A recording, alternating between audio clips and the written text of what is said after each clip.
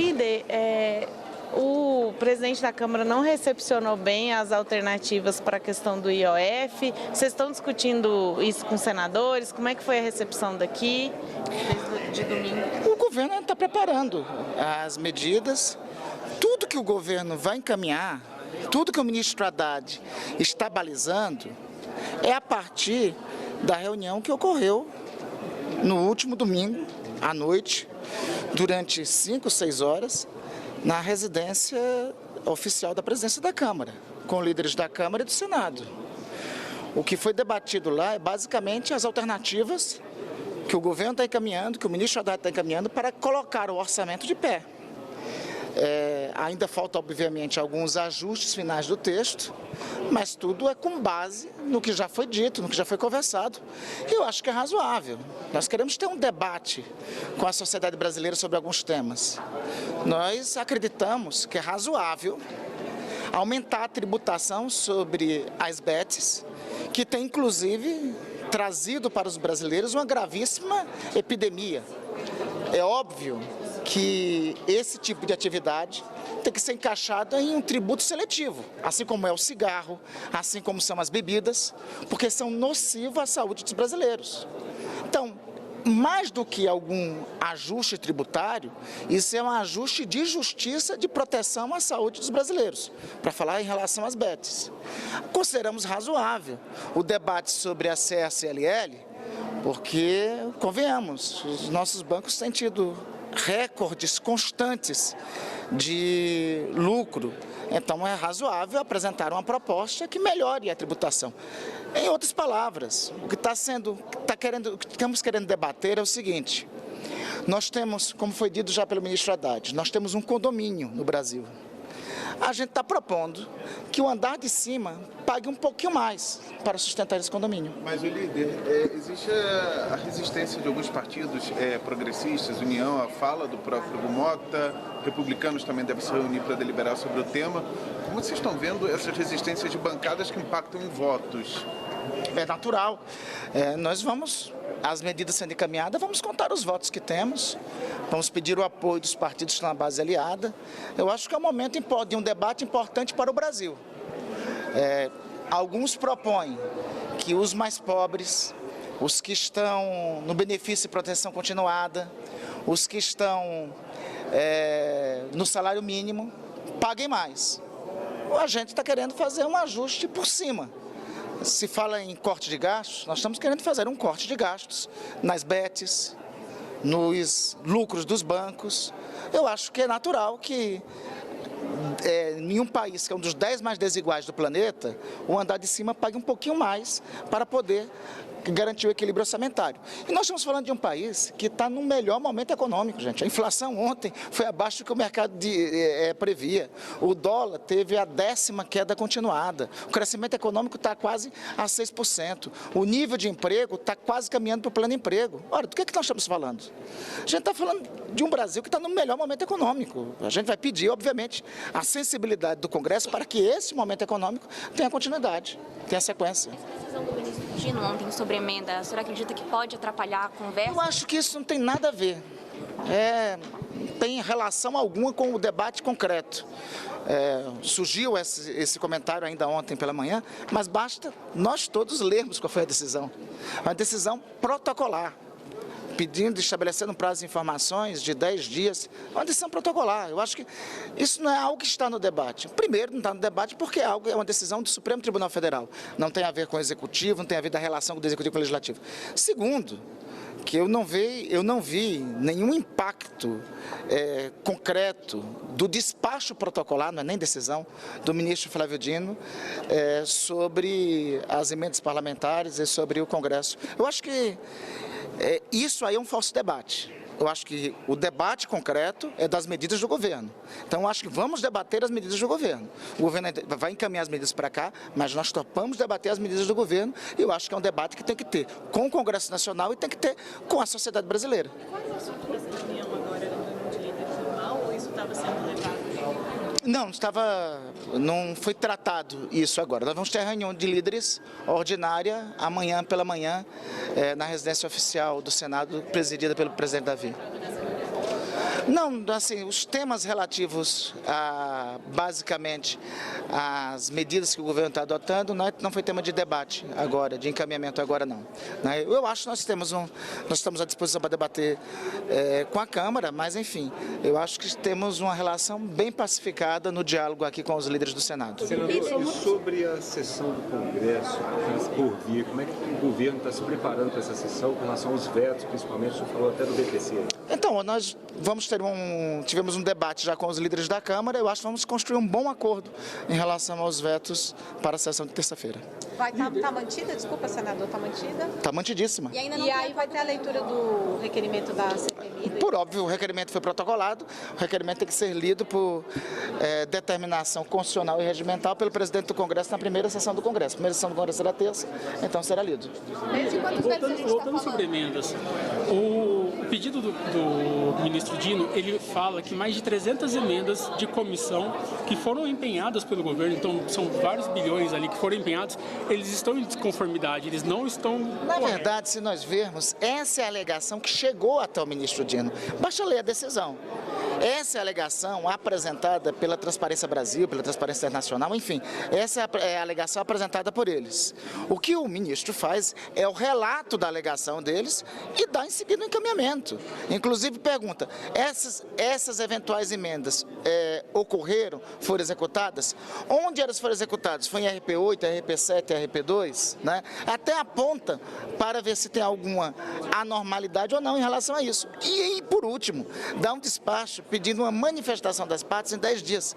Gente, acreditem, essa situação do ministro Dino é um falso debate, não é um debate real. Essa é uma petição, foi uma petição protocolar, não tem par. Claro, o governo vai responder de imediato. A ministra ainda de desinformação. Sobre qual? A Transparência Brasil, chamou a Transparência Brasil de desinformada. Sobre a decisão do ministro Dino, em relação à relação com o Congresso, vamos tirar, com perdão da expressão, vamos tirar esse bode da sala, porque não tem nada a ver. Isso daí não é o que está em debate, todos os líderes da Câmara e do Senado sabem disso. Foi uma petição protocolar.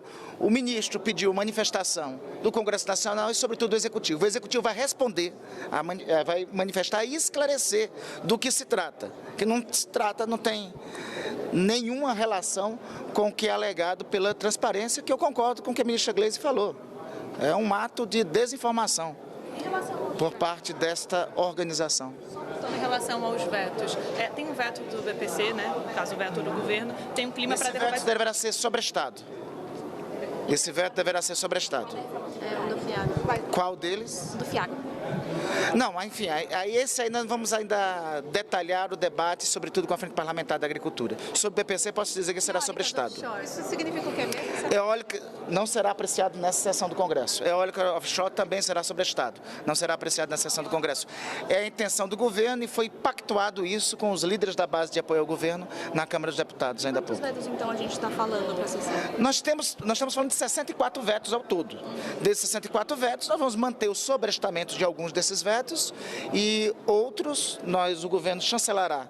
O governo, por exemplo, tem disposição de aquecer e chancelar a derrubada de vetos como o veto relativo ao Zika vírus, né? O governo fez uma análise mais pormenorizada e compreendeu que é de bom tom autorizar que esse veto seja derrubado, né, pelo Congresso.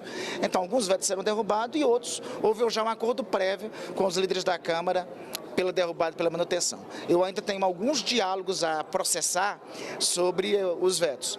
Conversei hoje com os líderes da base de apoio ao governo na Câmara. Ainda vou procurar os líderes da oposição na Câmara e irei também conversar com os líderes de governo e da oposição no Senado, antes de construirmos um acordo prévio. Mas já da primeira reunião com os líderes da base de governo da Câmara, nós já indicamos esse posicionamento e esse caminhamento em relação a esses vetos que aqui destaquei para as senhoras e os senhores. Senador, sobre o IOF, todas as propostas que estão sendo apresentadas, a oposição tem criticado, tem dito que, por exemplo, quando a MP não vai passar, ou seja, o governo está tentando apresentar uma solução e a oposição está criando caso. Primeiro, o papel da oposição, Érica. Eles não vão aceitar nenhuma proposta, eles deixaram esse país desmantelado do ponto de vista fiscal, do ponto de vista econômico. Deixaram esse país para nós com inflação de 10%.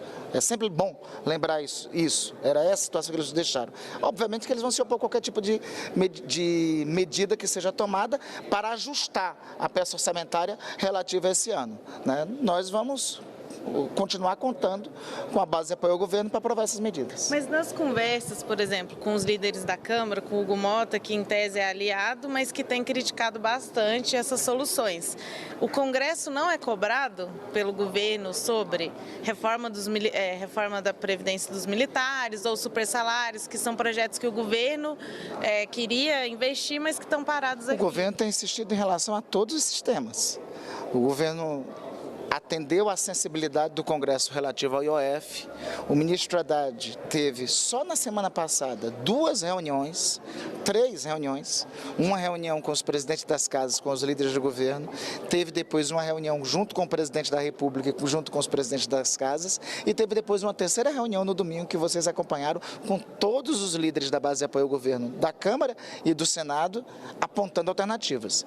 Ocorreu uma reclamação em relação à medida sobre o IOF, o governo aqueceu isso daí e apresenta outro conjunto de medidas para ajustar as contas. Algumas aqui já falei para vocês. Nós achamos que não é possível, com a epidemia que tem abordado brasileiros em relação às bets, as bets não serem enquadradas num tipo de imposto seletivo mais rígido e mais rigoroso, assim como é o cigarro, assim como é a bebida alcoólica, assim como são tantos outros. Essa é uma das medidas. Nós achamos que não é justo a média dos brasileiros ter uma tributação de 26% e nós temos uma tributação menor de CSLL para as grandes instituições financeiras. Essas são algumas das medidas que estamos querendo debater e vamos debater com o Congresso e vamos debater com a sociedade. Essas medidas e outras que venham. Nós temos um desafio que é manter a peça orçamentária desse ano de pé. E contamos, e se Deus quiser, contaremos com a contribuição do Congresso para isso. Líder, sobre o CPI do INSS, o governo vai se envolver em alguma discussão sobre relatoria, presidência? O CPI é direito constitucional de minoria. Designação de membros para a CPI é direito e prerrogativa constitucional da maioria parlamentar. Nós vamos fazer as indicações e claro que nós vamos participar da CPMI. Ninguém mais do que este governo, que foi vítima das fraudes do INSS que tiveram origem no governo passado, quer um total esclarecimento sobre isso. Os senhores já definiram presidência e relatoria? Não, vamos aguardar a leitura na terça-feira. Após a leitura, então, todos os partidos, todos os líderes da base de apoio ao governo farão as indicações necessárias para instalarmos a CPMI. Desculpa? Não tivemos acordo porque tivemos posição diferente na primeira. Repito, para a sessão do Congresso de terça-feira, eu estou presidindo um conjunto de reuniões. A primeira delas ocorreu hoje com os líderes da base de apoio na Câmara dos Deputados. Eu vou procurar dialogar ainda com os líderes da oposição na Câmara e vamos procurar também dialogar com os líderes da base de apoio no Senado e com os líderes da oposição no Senado. O que a gente conseguir construir de um bom acordo, muito bem. O que não conseguirmos, nós vamos para a pressão de votos. Nós temos todo o tempo do mundo para a sessão do Congresso Nacional de terça-feira. Não temos pressa, a sessão pode começar às 11 horas, pode terminar às 11 da noite. Estaremos aqui na terça-feira para a sessão do Congresso demorar quanto tempo necessitar demorar. É que a Fazenda tinha chegado um pouco à frente parlamentar do empreendedorismo de enviar um PL alternativo. Na reunião da manhã com os líderes, ainda permaneceu, sobreexistiu um pedido para a derrubada do veto. Então, como não houve um acordo, esse é um dos vetos que nós vamos procurar evoluir nas conversas para ter um acordo pela sua manutenção e para o cumprimento, inclusive, do que foi encaminhado pelo Ministério da Fazenda. Tá bom? Obrigada.